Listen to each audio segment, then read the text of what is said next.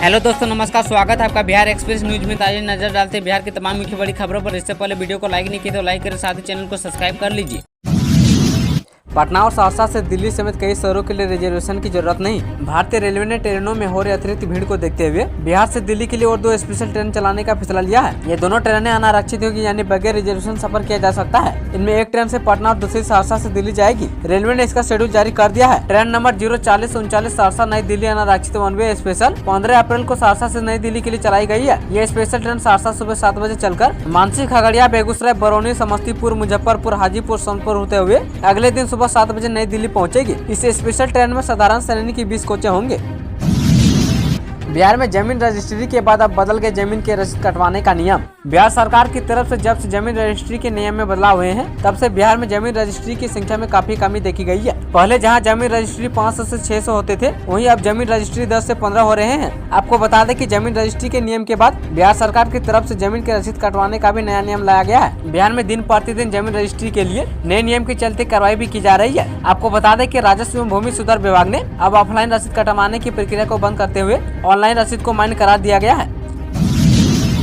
के पाठक ने मिशन दक्ष के बच्चों को दी गुड न्यूज, स्पेशल क्लास के साथ एमडीएम भी। बिहार शिक्षा विभाग के स्तर से उन बच्चों के लिए कारगर कदम उठाया है जो बच्चे पढ़ाई में कमजोर हैं। ऐसे बच्चों के लिए विशेष क्लास का निर्णय लिया है। वैसे पूरी शिक्षा व्यवस्था को पटरी पर लाने के लिए विभाग की ओर से बराबर कोई न कोई कदम उठाए जा रहे हैं, जो कदम कारगर भी साबित हुए हैं और बच्चों के हित में भी कई कदम उठाए गए हैं, जिसमें ताजा निर्णय कमजोर बच्चों के लिए विशेष कक्षाएं संचालित करने की है। विभाग द्वारा उन बच्चों के लिए विशेष कक्षाएं संचालित करने का निर्णय लिया है जो कक्षा 9 और 11वीं की वार्षिक परीक्षा में फेल हो गए हैं या परीक्षा में शामिल नहीं हुए थे। खास बात यह है कि विशेष कक्षाओं में शामिल होने वाले बच्चे को हर दिन एमडीएम के तहत भोजन कराया जाएगा। नवादा में विपक्ष पर बरसे योगी आदित्यनाथ का जातिवाद और परिवारवाद लोकतंत्र की दुश्मन है। बिहार के नवादा जिले में सोमवार को उत्तर प्रदेश के मुख्यमंत्री योगी आदित्यनाथ ने एक चुनावी जनसभा को संबोधित किया है। यूपी के सीएम ने अपने भाषण की शुरुआत जय छठी मैया के साथ की है। अपने भाषण के दौरान योगी आदित्यनाथ ने केंद्र सरकार की उपलब्धियों को बताया है, साथ ही जातिवाद और परिवारवाद पर भी निशाना साधा है। सीएम योगी ने कहा कि जातिवाद और परिवार लोकतंत्र की दुश्मन है। उन्होंने कहा कि देश के अंदर विकास के बड़े काम हो रहे हैं। सीएम योगी ने नवादा लोकसभा सीट से एनडीए के प्रत्याशी विवेक ठाकुर के लिए वोट देने की अपील की है। बता दें कि पहले चरण के तहत नवादा में 19 अप्रैल को मतदान होगा। संविधान बदलने की कोशिश करोगे तो जनता आंख निकाल देगी, बीजेपी पर बरसे लालू यादव। लोकसभा चुनाव 2024 के बीच आरजेडी सुप्रीमो लालू प्रसाद यादव ने बीजेपी नेताओं को चेतावनी दे दी है। लालू ने कहा कि बीजेपी के नेता लगातार संविधान को बदलने की बात कर रहे हैं। अगर वे ऐसा करने की कोशिश करेंगे तो देश की गरीब जनता उनकी आंख निकाल देगी और जनता उन्हें माफ नहीं करेगी। उन्होंने आरोप लगाया है कि बीजेपी देश में अपनी तानाशाही लागू करना चाहती है और संविधान को बदलकर लोकतंत्र को खत्म करना चाहता है। लालू ने बीजेपी की 400 पार वाले नारे पर भी तंज कसा है। आरजेडी के राष्ट्रीय अध्यक्ष लालू प्रसाद यादव ने सोमवार को मीडिया से बातचीत की है। इस दौरान उन्होंने कहा कि प्रधानमंत्री नरेंद्र मोदी समेत बीजेपी नेता घबराहट में है और वे मानकर बैठे हैं कि लोकसभा चुनाव में हार रहे हैं, इसलिए वे 400 पार सीटें लाने की बात कर रहे हैं और वे जनता के बीच जाकर लोगों से भारी बहुमत मांग रहे हैं। लालू यादव ने कहा कि बीजेपी के नेता खुल्लम-खुल्ला बोल रहे हैं कि संविधान को बदल देंगे। उन्होंने कहा यह बाबा साहेब भीमराव अम्बेडकर का बनाया हुआ संविधान है, किसी एरे गेरे बाबा का बनाया हुआ नहीं है। खबरदार इस तरह का साहस किया तो जनता चुप नहीं बैठेगी। तेजस्वी यादव के आज 5 जिलों में दनादन चुनावी रैलियां। नीतीश भी शेखपुरा में करेंगे जनसभा। बिहार में लोकसभा चुनाव 2024 के लिए पार्टी और नेता जमकर प्रचार में लगे हुए हैं। महागठबंधन की ओर से चुनाव प्रचार की कमाल संभाल रहे नेता प्रतिपक्ष तेजस्वी यादव सोमवार को 5 जिलों में चुनावी रैलियों को संबोधित किया। उन्होंने औरंगाबाद, गया, जमुई, बांका और खगड़िया में जनसभाएं की है। हालांकि सोमवार को उनके साथ वीआईपी प्रमुख मुकेश सहनी शामिल नहीं हुए थे। इसके अलावा मुख्यमंत्री नीतीश कुमार भी शेखपुरा जिले के घाटकुसुम्भा में रैली करके जमुई से एनडीए प्रत्याशी अरुण भारती के समर्थन में वोट मांगेंगे।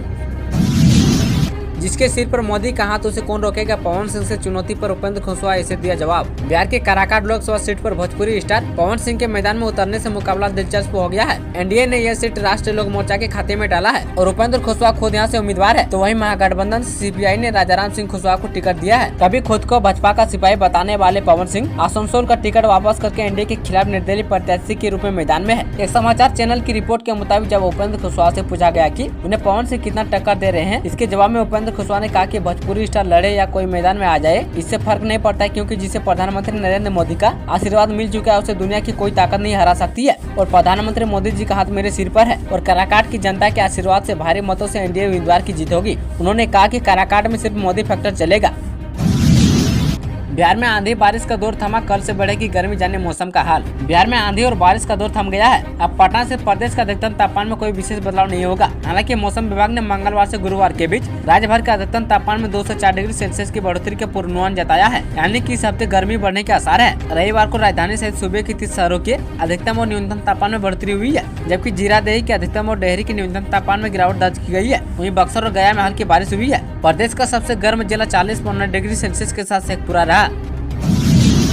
सिवान पर आरजेडी ने खत्म किया सस्पेंस, अवध बिहारी चौधरी को बनाया उम्मीदवार। बिहार के सिवान लोकसभा सीट को लेकर सस्पेंस खत्म हो गया है। आरजेडी ने अवध बिहारी चौधरी को अपना प्रत्याशी बनाया है। अवध बिहारी चौधरी बिहार विधानसभा के पूर्व अध्यक्ष हैं, जिन्हें पार्टी सुप्रीमो लालू प्रसाद यादव और तेजस्वी यादव ने सिंबल दिया है। अब अवध बिहारी चौधरी सिवान से आरजेडी के टिकट पर लोकसभा का चुनाव लड़ेंगे। रविवार को इस बात की जानकारी खुद अवध बिहारी चौधरी ने सोशल मीडिया के माध्यम से दी है। उन्होंने कहा कि मैं आपके लिए पूर्व की तरह ही हमेशा सेवा में रहूंगा। आरजेडी ने जिस विश्वास और उम्मीद के साथ मुझे सिवान लोकसभा क्षेत्र की जनता की सेवा करने के लिए मैदान में उतारा है, मैं विश्वास दिलाता हूं कि राजद की उम्मीदों पर पूर्ण रूप से खरा उतरूंगा। उन्होंने कहा कि मुझे अपने लोगों पर पूर्ण विश्वास है, वो अपने सेवक को लोकसभा भेजकर सिवान के विकास की रुकी हुई गाड़ी को रफ्तार में लाएंगे।